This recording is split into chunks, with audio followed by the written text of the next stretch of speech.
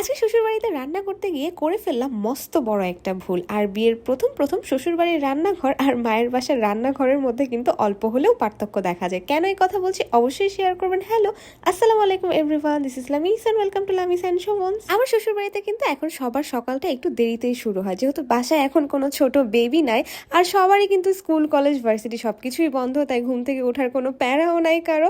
সকালে উঠেই চা নাস্তা শেষ করে আমি কিচেনে চলে গিয়েছিলাম, কারণ আমার শাশুড়ি মা উনি একটু দরকারি কাজে বাসার বাইরে বের হয়ে গিয়েছিল। মা যেহেতু বের হয়ে গিয়েছিল, ভাবলাম যে উনি আসার আগে আমি একটু টুকটাক কাজ এগিয়ে রেখে দিই। সেজন্য আমি কিন্তু আগেই চালটা ধুয়ে ভাত বসিয়ে দেয়। আর এদিকে সকালে আমাদের যে হেল্পিং হ্যান্ড খালা আসেন, উনি কিন্তু সুন্দর মতো মুরগি কেটে রেখে দিয়ে গিয়েছিল। তবে মুরগি কাটা হলেই তো এটা ঝামেলা শেষ হয় না, আমি এটাকে সুন্দর মতো ধুয়ে বেছে পরিষ্কার করে রেখে দিচ্ছিলাম, যাতে মা আসলে শুধুমাত্র তেল মশলা দিলে ওনার রান্নাটা শেষ হবে আর কষ্টটাও কিছুটা কম হবে। এখন বেশ কয়েক মাস ধরে বিকেলে চা নাস্তার দায়িত্বটা কিন্তু আমি নিয়েছি। আমি সবার জন্য চা রেডি করি, আর বেশিরভাগ সময় হচ্ছে আমার নিজেরই এত খিদা লেগে যায় বিকেলে যে আমার মনে হয় যে কিছু না কিছু চটপটা আইটেম রেডি করে খেলে কিন্তু ভালোই লাগবে। আর শোভন যখন বাসায় থাকে ও কিন্তু টুকটাক আমাকে হেল্প করার চেষ্টা করে। তোমরা জানো আমার শাশুড়ি মায়ের সব থেকে পছন্দের নাস্তা হচ্ছে ফ্রেঞ্চ ফ্রাই। তবে আমি ভাবছিলাম যে সবসময় বিকালে তো আলু দিয়ে ফ্রেঞ্চ ফ্রাই করাই হয়, আজকে আমি একটু ডিফারেন্ট কিছু ট্রাই করবো, যেটা আগে আমার কখনো একা রেডি করা হয়নি। আর এদিকে দেখো আমি ময়দার এই বয়ামটা খুলতে পারছিলাম না, এতটা আটানি করছিলাম, শোভন এক হাত দিয়ে ধরা মাত্রই সেটা খুলে গেল। তবে এই রেসিপি পুরোপুরিভাবে শেষ করতে গিয়ে কিন্তু আমি একটা অঘটন ঘটিয়ে ফেলেছি, সেটা তো বলবোই। তার আগে বলে নেই আমার শাশুড়ি মায়ের নিজের হাতে বানানো এই হার্বাল তেলটার কথা। খাঁটি নারকেল তেলের সাথে 30টা প্রাকৃতিক উপাদান দিয়ে কিন্তু এই তেলটা বানানো হয়। যেসব আপু ভাইয়াদের অনেক চুল পড়ছে, যাদের চুলে খুশকি রয়েছে, যাদের চুল সহজে লম্বা কিংবা ঘন হতে চায় না, তারা কিন্তু চাইলে এক্ষুনি ইনবক্সে কিংবা উপরের দেওয়ার নাম্বারে ক্যাশ অন ডেলিভারিতে অর্ডার করে ফেলতে পারো।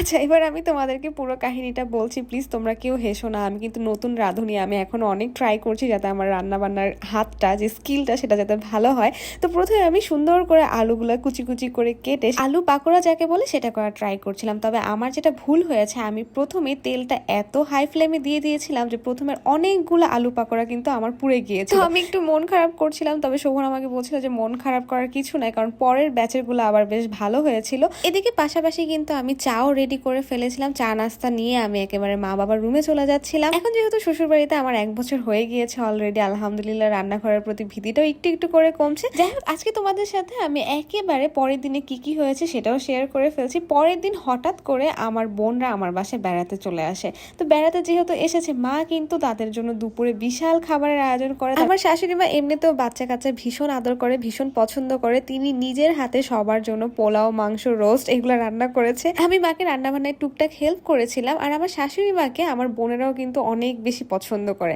ওনার পার্সোনালিটিটাই এমন যে উনি সবার সাথে কিন্তু মিশে যেতে পারে।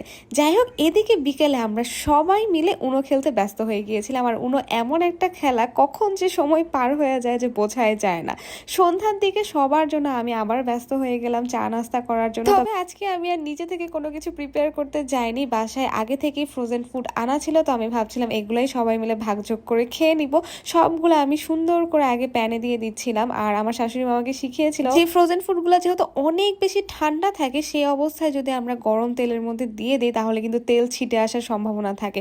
সেজন্য আমি কি করি, তেলটা একটু পরে দিই। তো যাই হোক, এদিকে আমার ভাজাভাজি শেষ হয়ে গিয়েছিল আর আমি সাথে কিছু ফ্রেঞ্চ ফ্রাই করে নিয়েছিলাম। আসলে সত্যি কথা বলতে বিয়ের পর এই রান্নাঘরটাকে আমি অনেক বেশি ভয় পেতাম, অনেক বেশি আনকমফোর্টেবল লাগতো। মনে হতো যে লবণ কম হলে, বেশি হলে সবাই কি মনে করবে। যাই হোক, আস্তে আস্তে করে কিন্তু আমি এই ভয়গুলোকে কাটিয়ে উঠতে পারছি। সবাই আমার জন্য অনেক দোয়া করবে। আজকের মতো ব্লগ এই পর্যন্তই। কেমন লেগেছে তা অবশ্যই জানাবে। Thanks for watching. Tata, bye bye, Allah Hafiz.